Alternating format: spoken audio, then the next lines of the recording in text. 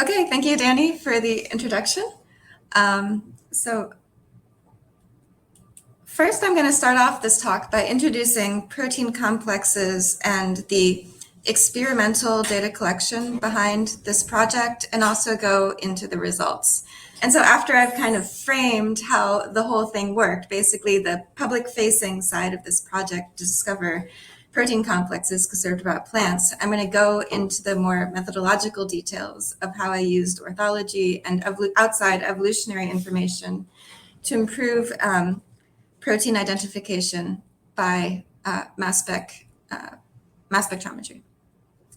So first, what is a protein complex? We're talking about some type of stable assembly of two or more proteins that have a distinct geometry and form a functional unit. And so when I'm talking about protein interactions, I'm talking about sets of proteins that are physically associated with each other in about the same way. And so this is not more transient like kinase type interactions or genetic interactions. Protein complexes tend to be very deeply conserved. It has a fairly slow rate of novelty to build a whole assembly of proteins. And with multiple species and the technique we use to find them, we can build a consensus set of protein complexes. And the idea of using multiple different species is you can filter out a lot of the noise from an individual data collection in one species that might not be so good at recovering proteins or interactions. And why do this? Why look for protein complexes about plants? Well, in the first place, we don't know what most plant genes and proteins do, or specifically the plant-specific proteins. Plants are foundational to global economic and ecological systems, but as stated in a recent review, only about 5% of Arabidopsis genes are stringently characterized, and this number is much lower in non-model species. And Arabidopsis is this little mustard cress plant you see to the left, and it's the best characterized plant we have at the moment, and it contains about 30 to 40,000 protein coding genes. And one goal of finding protein complex is then by having a protein interaction network, you have this guilt by association framework. So if you find a protein that you know what it's doing, associating with a protein that's uncharacterized, then you have a good guess as to what that uncharacterized protein is doing. So first I'm going to introduce this experimental technique. The Marcotte lab used a technique called co-fractionation mass spectrometry, where the idea behind the technique is that when you extract a lysate of general mixture of soluble proteins outside of the plant, and then flow that mixture through a column that separates by size or by charge or by some other physical property, proteins that are in the same complex will tend to flow through the column together, connected, and drip out of the column at the same point.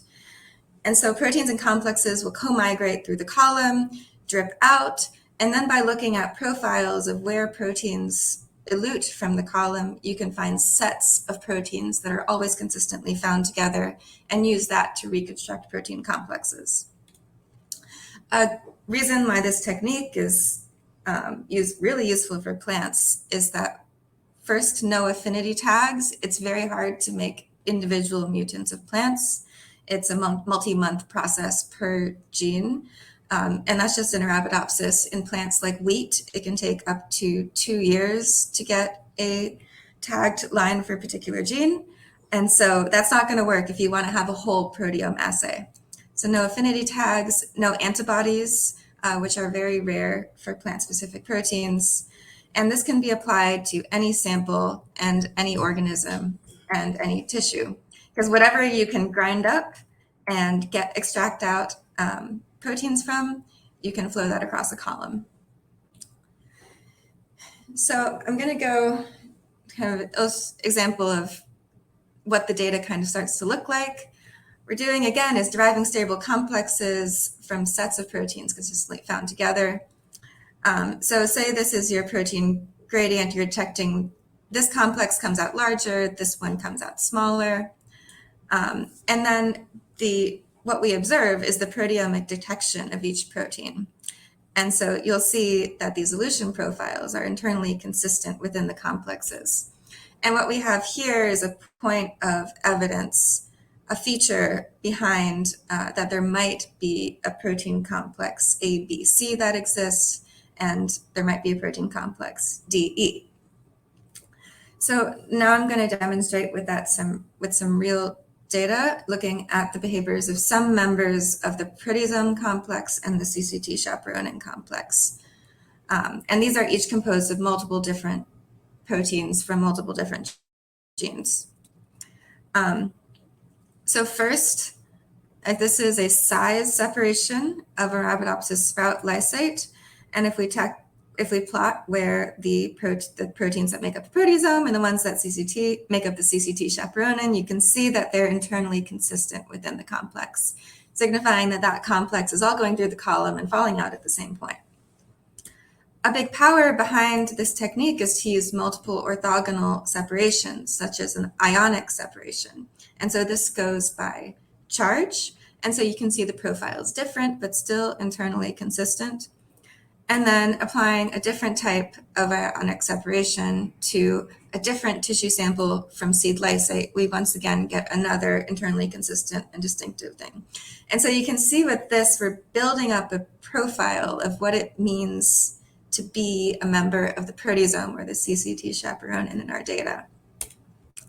So that's just data from Arabidopsis, but we have data from 13 different plant species, which do from the orthogrouping technique, which I'll introduce after I go through the results of the paper, allows us to concatenate on experiments from multiple different species and thus build a long profile of essentially a fingerprint of what it looks like to be a member of these two complexes. So this is our vector of detection or elution profile, protein abundance profile across 12 different species, 32 separation experiments, which is one full plate of proteomic samples, and 2,100 data points, or fractions is the name for the x-axis, meaning an individual well in an individual plate. And so we have that data for about 24,000 orthogroups of proteins going across. And at this point, we have the start to go into a more machine learning process for finding counting complexes. As an internal control, we can look at the behavior of complexes that we already know about, such as the proteasome complex, here shown in a ion exchange from a broccoli nuclei of broccoli, and on the right shown a size exclusion from maize leaf.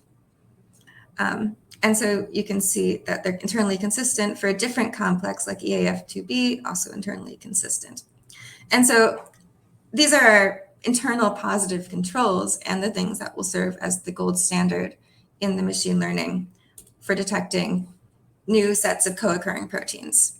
And what our model is doing is scoring how similar two proteins' elution profiles are. Because as we've seen, similar profiles equals the proteins in a complex. So after we've determined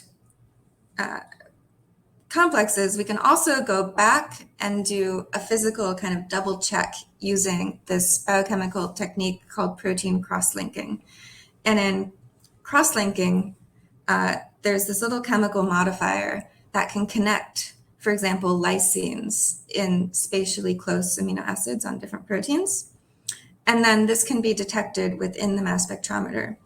And so if we look at the elution profile of more members of the CCT chaperonin complex, you see that the point where we're getting a peak of elution corresponds to the same point where we're getting physical inter-subunit crosslinks in the same fractions. And so here the crosslinks are plotted onto the 3D structure for the CCT and also for the surface accessible part of photosystem 2 from Chlamydomonas.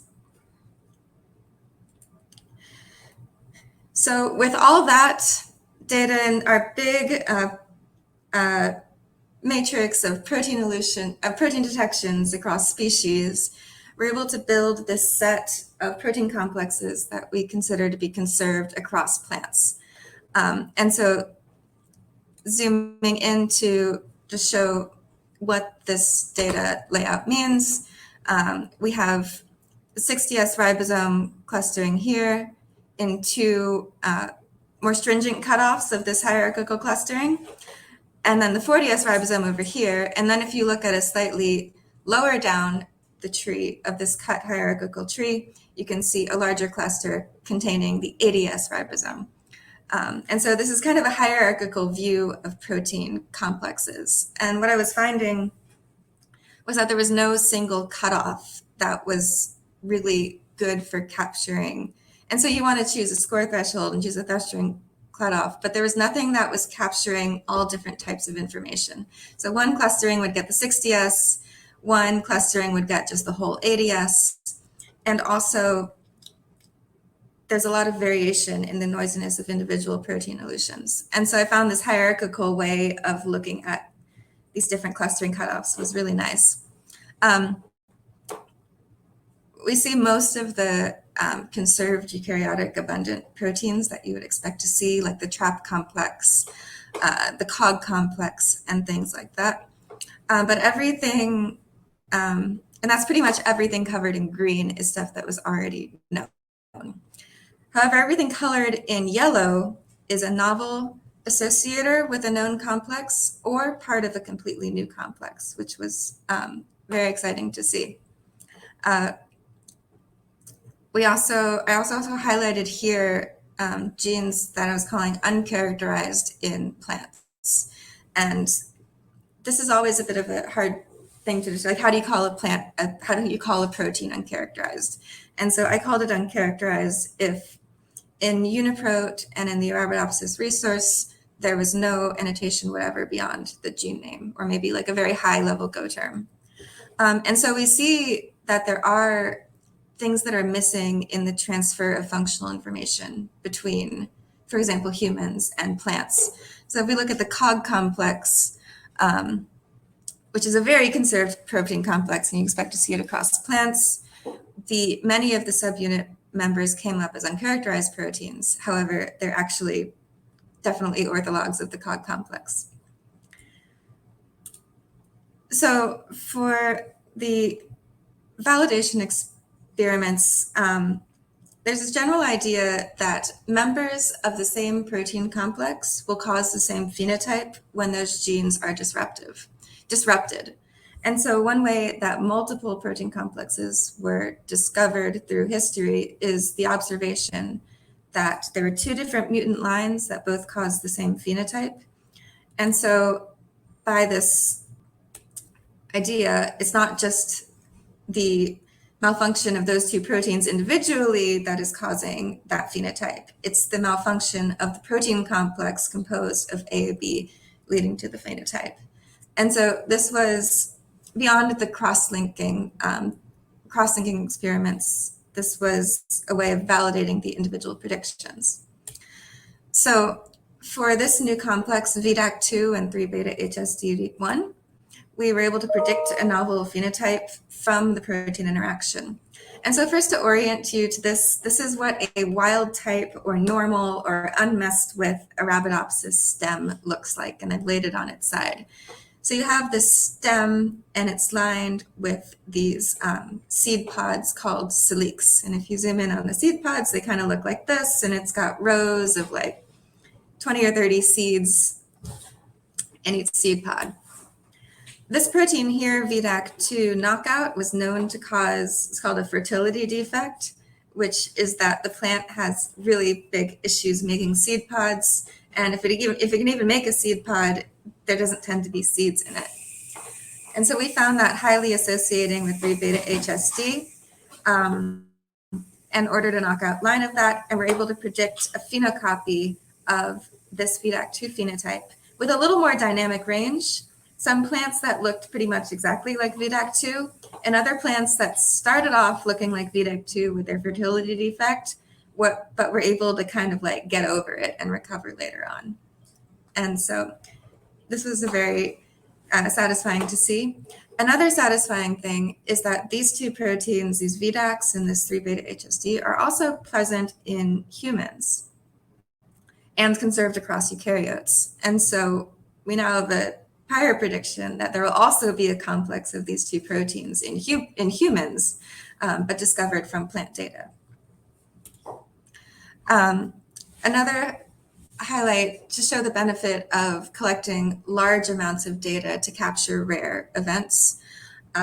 In photosynthesis, there's this complex called the NDH complex, or the chloroplastic NADPH dehydrogenase complex.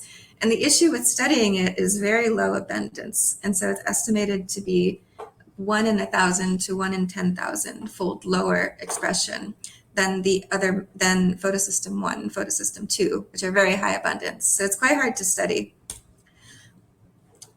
And so by chance, some experiments, specifically one Arabidopsis sprout, one maize leaf, and one rice leaf experiments, were enriched for the NDH complex. And so this, not for any particular reason, but that's just where they happened to end up in the soluble lysate to look at. And so in the same points where we rarely see all these NDH complex members, we also see these 3 additional proteins. And so these 3 proteins actually have a higher similarity score to many of the members of the NDH complex than other members of the NDH complex. And so I wanted to share this because of the interesting evolutionary angle, in that the chloroplastic NDH complex is a homologue, a structural homologue at least, to complex 1 of mitochondria. And recently, it was found that complex 1 in yeast interacts with this protein STR1, which is a sulfotransferase. One of the proteins we find associating is also a sulfotransferase. And then there's a third sulfotransferase that was already known in Arabidopsis to associate with another member of the kind of photosynthesis pipeline. And so by looking at these protein interactions, it starts to form a hypothesis now that there's some role with the sulfotransferase proteins in electron transport. And so that's a avenue to pursue. It's just not known, just no idea, doesn't make too much sense, but it's this common thing that's seen consistently across experiments in life. And so there kind of has to be something going on there. Okay, so I wanted to start with that kind of like overview, say like the public facing part of the paper. And so now for this audience, I'm going to go into the technicalities of the data analysis and this orthology mapping and how I combine that with standard protein identification pipelines to actually be able to analyze this data in the first place. So when I got to the lab, essentially was presented with a lot of mass spectrometry data and then as we collected more and more plants, it became clear that it wasn't going to be simple to just combine all these experiments into one big thing, and that we would need new techniques. So the reason for that, I'm going to start with introducing the amount of variation in the gene content across plants, particularly in crop type plants. One cheat to get a larger plant is to have a genome duplication. And so as humans bred for larger plants, they also bred for genome duplications. And so, for example, Maine bread wheat is a hexaploid with 140,000 genes and tons of duplication across the whole thing. Quinoa here is tetraploid. And then Chlamydomonas, which is a small green photosynthetic algae, only has about 20,000 genes and is diploid. However, most of the protein components that are present in these multicellular plants are also present in Chlamydomonas. And so we wanted to tie this all the way back to the basic functioning of a plant cell. And that includes the ancestral like green algae. Okay, so what we need in order to build a feature matrix and expression matrix for our little machine learning protein complex finding pipeline is one expression profile per gene. So how do you build this profile considering that there's a lot of amounts of variability across the different plants? So this kind of, I'm summarizing the three big data analysis problems. First, the variation in the numbers of copies in each gene across our different things. So how do you compare protein observation from plants with one copy of gene A versus 12 copies of gene A? And so this kind of summarizes, if you want to compare Chlamydomonas to hexaploid wheat, how do you deal with the differences in protein abundances and detectability? How do we compare 12 species all at once without having to do the step of choosing one as a reference species? And so if you're interested in a particular organism, such as human, and you have a human data and you want to support that with data from other species, it makes sense to use human as your reference. And so to interpret protein observations from your other species, basically in terms of nearest human gene. However, since this project wasn't focused on a particular plant, I wanted to avoid that step and not use just, for example, Arabidopsis just because it's the model plant with most well-orientated, most well annotated, or Chlamydomonas just because it's the more ancestral-like plant. So how do we do that? And the third big issue was all of this gene duplication highly complicates standard protein identification by mass spectrometry. When we first got the samples of the hexaploid wheat out of the mass spectrometer and put it through the normal pipeline, it looked like there were not much proteins identified. It looked like a pretty bad sample, even though we knew that there was tons of protein had gone in and it should have been great. So first I'll show some of the discarded approaches from early on trying to figure out. One, the idea to build a complete orthology of the plants.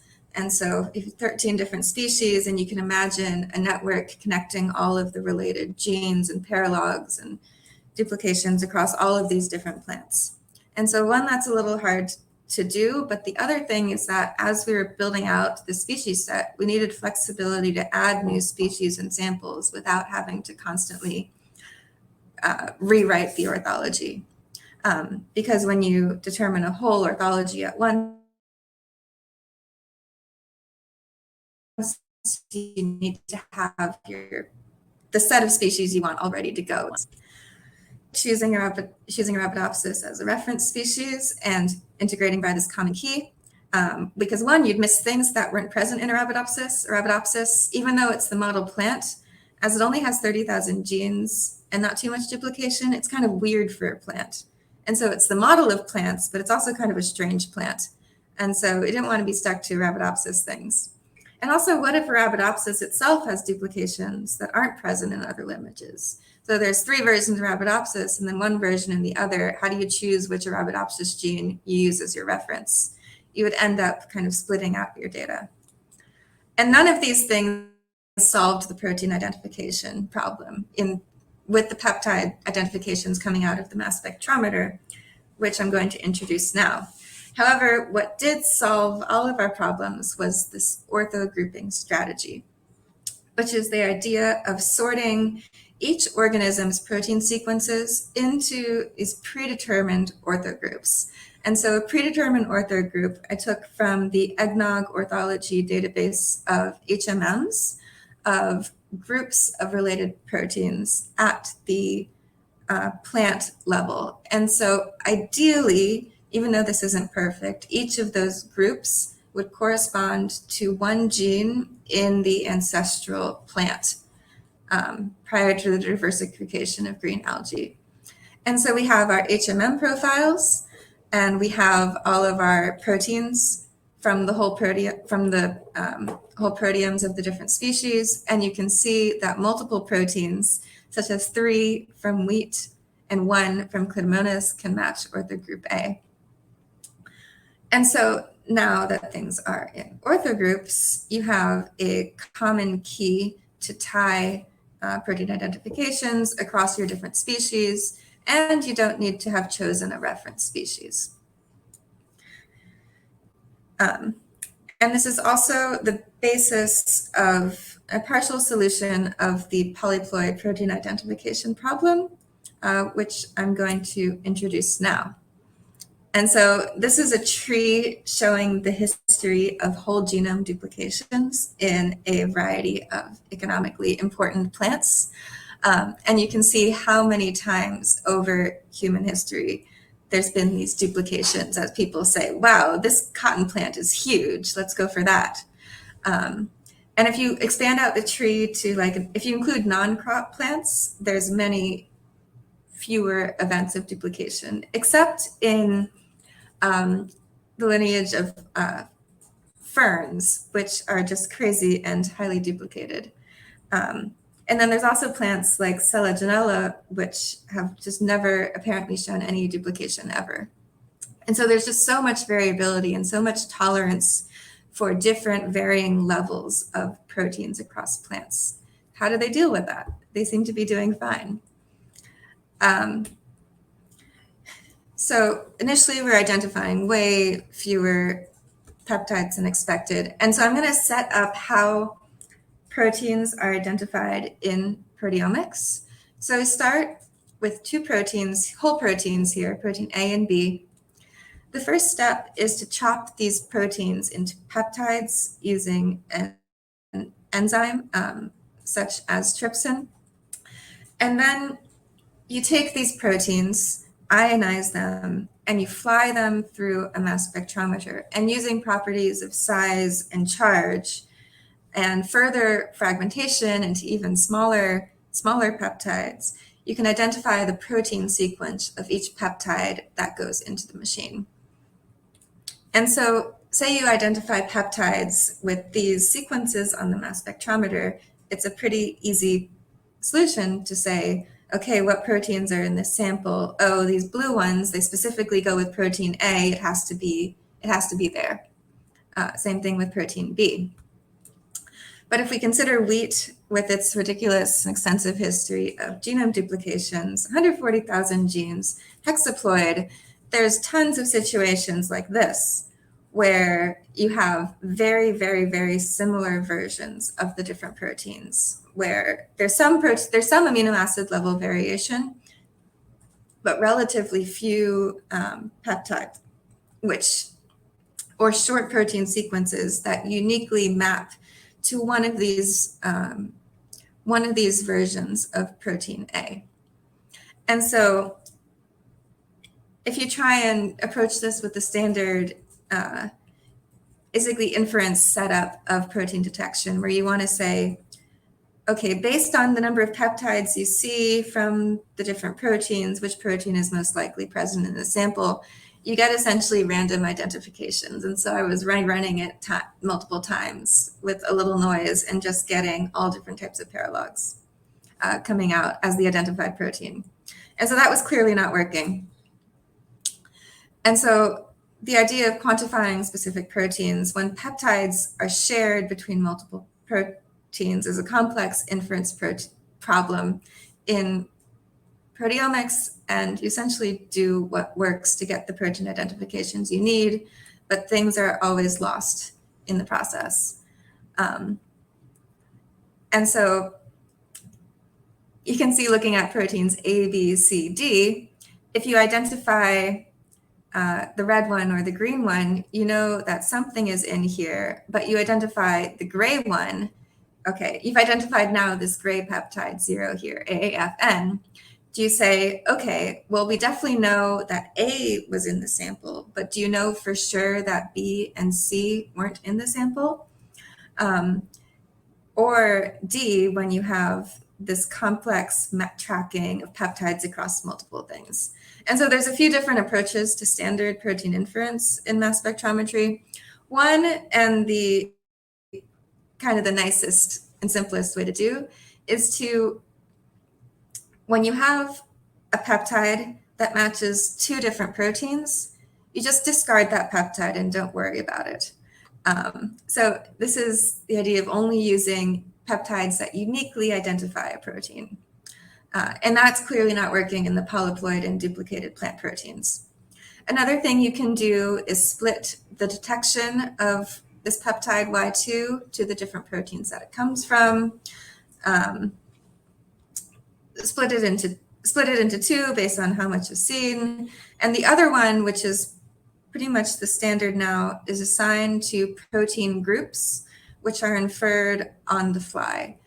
And so based on the proteins that are detected and the peptides that are detected, you take the minimal set of proteins that could be explained by the presence of your peptides, and you say we identified this protein group. It's most likely Z2, but it could also be Z3. The issue with on the fly assigning to protein groups is every time you run an experiment, there is a different set of peptides that you detect, and so therefore a different set of protein groups. And so it's hard to map these protein groups across different experiments unless you analyze all your experiments at once. And also each lookup requires a single reference FASTA file for each species. And so you definitely can't get these assistant protein groups across multiple different species. So here with our orthogrouping strategy, instead of determining protein groups on the fly, which fails for wheat, we use our protein groups as orthogroups. We preset these protein groups as these pre-known orthogroups using the outside evolutionary information. And so the idea of predefining protein groups using this extra information, from what I can tell, was new to the general world of peptide identification, and it turned out to be really powerful and useful. And so now, instead of looking at these things as all independent, similar things, we can just box it as orthogroup A. And when we detect peptides that match the proteins within this orthogroup, we can just say we identified orthogroup A, and we don't care which particular protein within that orthogroup. And so the nice thing is that if you're particularly interested in which version of protein A, you can still go into that orthogroup and look for the unique protein evidence for the different ones. And so we definitely identify orthogroups that contain 12 proteins, and it's clearly just one or two of the proteins contributing most of the signal. But across this evolutionary timescale of all of plant evolution, it doesn't super matter which particular paralog of wheat was expressed in a sample, just that there's something from this ancestral group. I also created a visualization of the duplicated proteome problem to give you a sense for why the standard inference of which protein is there failed. So consider a protein, which I've shown in the middle, and also its fragments or potential peptides in a circle. And you might have another protein here that's sharing some of those peptides. And so these are our ambiguous peptides. So you say, oh, did they come from here? Or did they come from here? I'm representing this in a type of starburst graph where each of the proteins, so the whole protein name is in the middle and surrounded by its component peptide sequences. The rays are the peptides, the center is the protein. And so if we look at Chlamydomonas, our not very duplicated 18,000 protein little green algae, each of these little starbursts, for the most part, are it's one protein. And so for the most part, you have a single protein and its component peptides coming out in a starburst. And there's some ambiguous case, but nothing that's too challenging for when you have the actual peptide identifications to figure out whether it's this protein or that protein or a combination of the two. And so I say we're looking about, 100 different proteins in this field of view of this graph layout. If you look at hexaploid wheat, you can see the situation is much more complicated. There are very few cleanly defined starbursts, and there's much more cases where you've got multiple different proteins sharing multiple different things. And so I've now randomly colored each protein within this graph so that you can have a better view. And sorry, it's a little low resolution, so you're missing the exact starbursty lines, but you can get a sense for the complexity of disentangling which particular protein in a particular large clump was identified based on your sampling of the peptides, the observed peptides within that. And to show how useful this orthogrouping thing is, if I now color that sample by the orthogroup of these proteins, you can see now a lot of the difficulties in the inference just completely disappear. And you're getting down more towards coincidental sharing of peptides. For example, in the middle, there's a white starburst next to a red one. And so that's like, and sharing one peptide, that's likely just the coincidental co-occurrence of a particular peptide sequence across two different protein families. And so reducing proteomes down to ancestrally related groups highly simplifies the protein identification problem in polyploid and other complex proteomes and proteomic samples, and also for some human samples. So incorporating this evolutionary information highly increased our recovery of usable sequenced peptides from the mass spectrometer. And so I'm calling a peptide usable if you can tie it to a particular orthogroup or protein. And so doing the orthogroup unique protein versus protein-unique proteins, in wheat, we were getting 300 to 400% increase in recovery of usable information. Overall, this boost in protein recovery scales with the ploidal level of the plant. Yellow is hexaploid, tetraploid is red, and diploid is blue. And so maize, if I remember right, is a former tetraploid that is undergoing the process of diploidization. So it's called like a partially diploidized tetraploid. And so that's why you don't just have infinite ploidies. At some point, things do seem to be pressured to reduce back to more a diploid kind of framework. And ferns, the number of chromosomes is unknown. The ploidy level is unknown and looks like it's potentially high. Also, I wanted to highlight that even though it doesn't seem to be doing much for the less duplicated proteomes, such as Chlamydomonas, there are particular protein cases. For example, when I applied this technique to humans, where you've got these very large expansions of human proteins that are very similar at the protein level, for example, actin. And so this is another case where you see basically a dropout of signal for anything that's like very, very duplicated. And so using this orthogroup lets you recover that particular thing, even though at that level of analysis, you lose information about individual proteins. Using evolutionary grouping also increases the coverage or the apparent coverage of the proteome. And so we look out of our number of protein observations, which is between about 5 to 15,000 proteins, 5 to 15,000 distinct proteins, which is about the most you could possibly ever see in a mass spectrometry experiment. It doesn't look like we're seeing very much of the potential proteome, but when you look at orthogroups of proteins, ideally these sets of genes all coming from the same ancestral plant gene, you can see that our observation of that set is much higher. And some of the lower ones are just based on we didn't collect very many experiments in tomato relative to the number of experiments we collected in Chlamydomonas, Arabidopsis, and wheat. And so I wanted to end on just another, since this is an evolutionary biology crowd, an interesting evolution observation. We noticed that proteins, that species with one subgenome, meaning a normal diploid of A and two copies of A, basically, a diploid, showed a mode of one protein per orthogroup.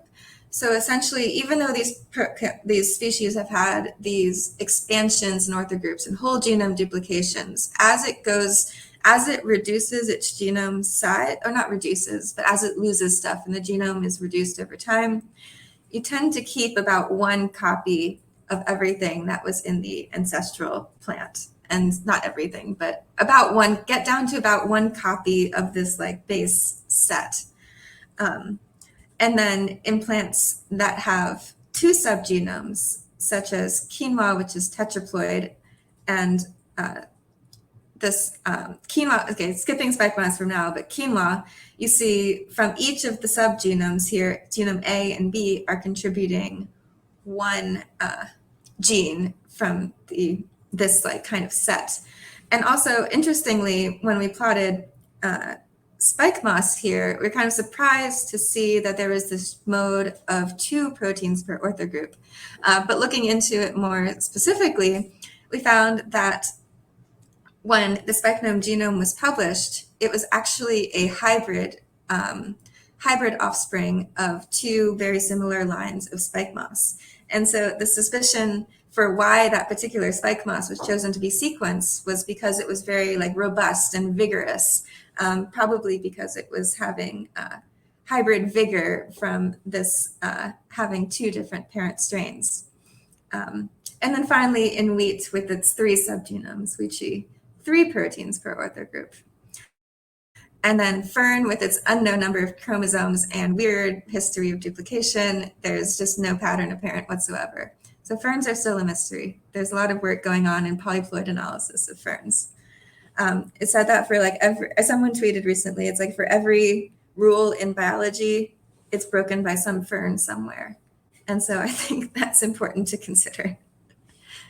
All right, so I'm at 50. Just to summarize this orthogrouping strategy, now that we have this common key of identification, we can produce this profile of protein identification of the orthogroup PSB1 across all of these different plants. Different plants have different number of proteins in the orthogroup, but it doesn't matter. And the peptides are identified by the orthogroup and not the individual protein, just generally simplifying the problem. So that allows us to build up our matrix with 1 row per orthogroup, do all our machine learning, identify our protein complexes, and do the actual protein complex discovery from this very large data set of protein observations. And so this is a direct, large-scale experimental determination of conserved protein complexes across plants.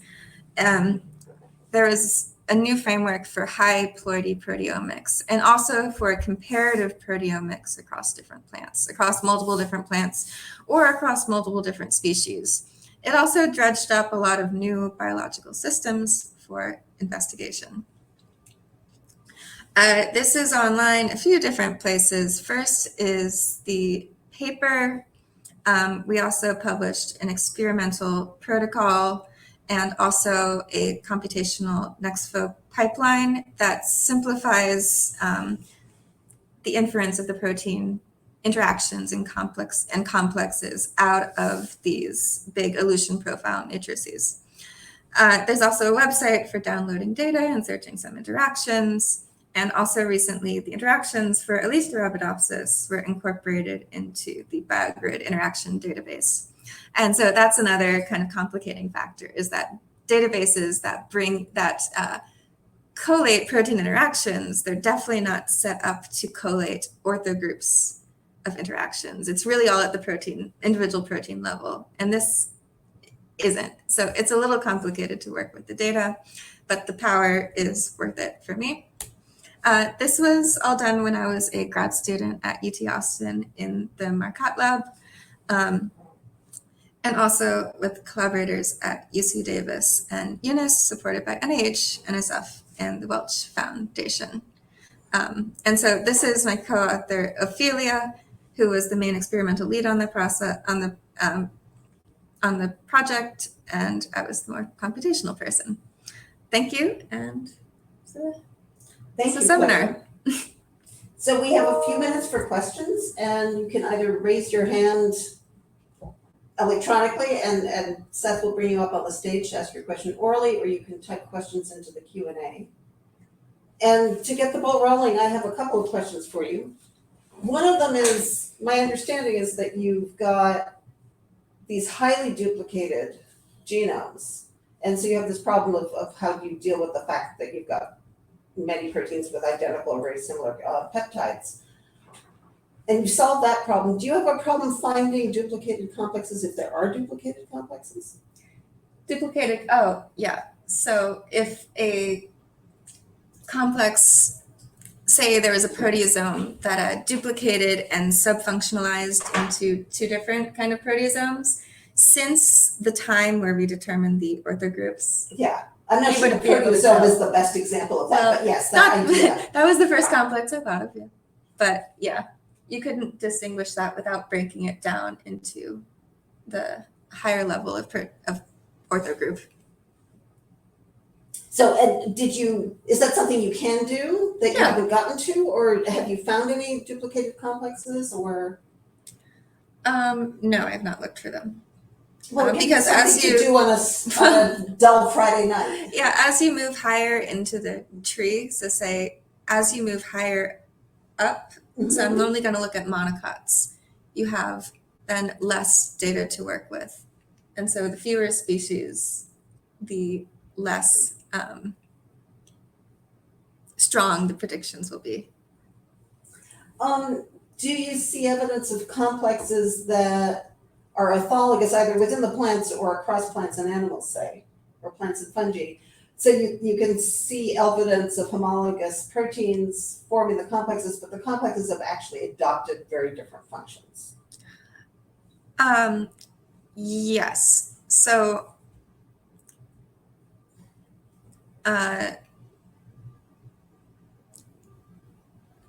there's an interesting complex called plastid transcriptionally active. And so this is a complex, or the PTAC complex. And this is a complex that's composed of a hybrid of ancestral eukaryotic genes and genes that came in from the chloroplast. And so at some point, this eukaryotic complex started interacting with a bunch of things that come from the chloroplast to create this kind of new hybrid subfunctionalized complex that's really interesting. Another thing is complexes that are conceptually similar to complexes that are known in other species, but seem to have a different conformation in plants. And so, for example, the tRNA multisynthetase complex, it's been observed across all eukaryotes, always like slightly different with different protein memberships. And it's the same thing in plants, something that looks to be an assembly of tRNA synthetases, but with some variety of accessory proteins, potentially independently evolved. Which is intriguing. Mm-hmm. So we have some questions in the Q&A. Okay. So the first question is, do you have peptides that hit across orthodox groups, and how often that happens? Or you do have them, but how often does that occur? And then when it does occur, do you have any thoughts about how often that happens randomly versus how often it's due to gene duplication, how often it's due to a shared domain but not a duplicated gene? Yeah, so if domains would all stay in the same place in the same protein, that would simplify everything. But as Danny knows, they do jump around, and that also messes with orthogroup finding. And so we just have to consider it as a loss. The rate of shared peptides is related to the length of the peptide. And so a 5-long peptide or a 6-long peptide is going to be shared at a fairly high rate. But by the time you're getting to 10 or 11 or 12, they're pretty unique to an orthogroup. And also, you never want to see just one peptide from a protein to identify it. You want to see at least two or three different peptides from an orthogroup. And so consider the shared peptides as a loss. It's not the majority. It's not the majority of peptides. So you have enough signal to work around that? Yeah, just consider it as a loss and don't deal with it.